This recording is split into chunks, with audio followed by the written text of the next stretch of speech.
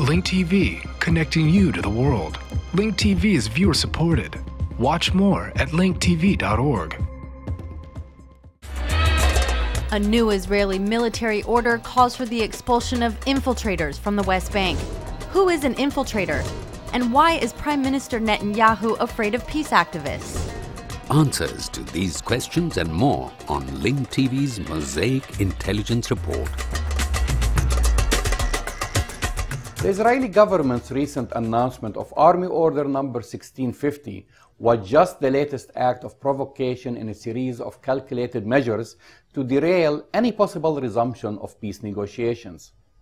Under this new draconian measure, anyone who doesn't have a permit to be in the West Bank is to be considered an infiltrator and subject to expulsion or risk up to 7 years in jail. Expulsions and deportations are not something new for the Israeli military administrative system, which was established in 1969, shortly after the occupation of the West Bank, Gaza, and the Golan Heights in the 1967 Six-Day War. At the time, the Israeli military was given the legal power to expel infiltrators without trial for various unspecified security reasons. Two particular Palestinian communities will be impacted by Order number 1650. Palestinians with Gaza residencies and Palestinians with East Jerusalem residencies, as well as foreign-born residents of the West Bank. But many Palestinian and Israeli experts believe that it's the foreigners living amongst Palestinians who are the real target of the Netanyahu government.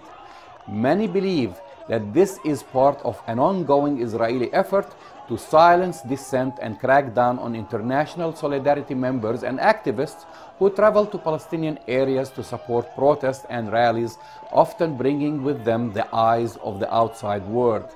People in Gaza are starving, the conditions are really bad, and the siege here and the demonstrations, the global demonstrations as well as the demonstration here, is to raise awareness to say this must stop.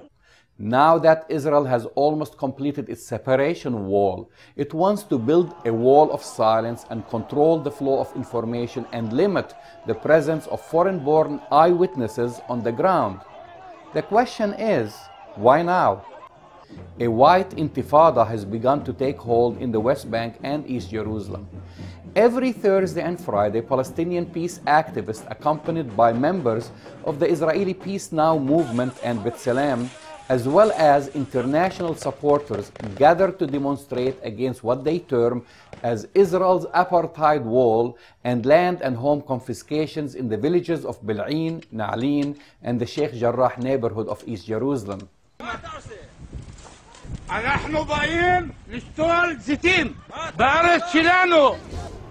2 months ago, I witnessed a Friday demonstration in Sheikh Jarrah, where settlers tried to provoke peaceful demonstrators by harassing and spitting on them, while Israeli police and border patrol units watched from across the street. I was impressed by the demonstrators' calm and unfazed demeanor.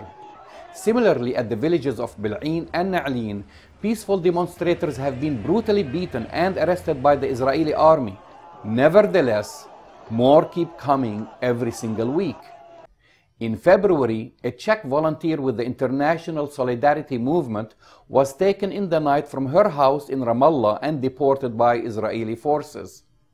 This new order will give a blanket legal cover to the Israeli police and army to instantly deport foreign activists and aid workers spotted at demonstrations. Last December, at another demonstration I covered at Erez, at the Gaza-Israel crossing, Israeli police did not engage the peaceful demonstrators who gathered calling for an end of the siege on Gaza. Instead, policemen were busy videotaping those who showed up, especially foreign nationals.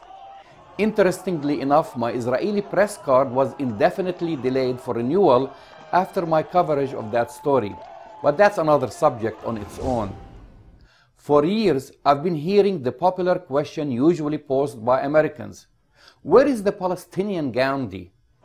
During the past 2 trips that I've made to the Palestinian territories and Israel, I think that I discovered him or her in the eyes of the many peaceful demonstrators against the Israeli occupation.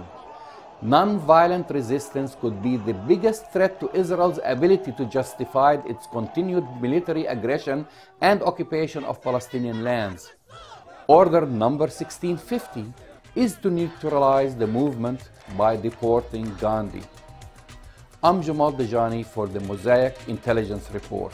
To learn more about this program or to share your thoughts, visit us at linktv.org/me. Stay up to date on the Middle East. Follow Jamal at twitter.com/Jamal Dajani.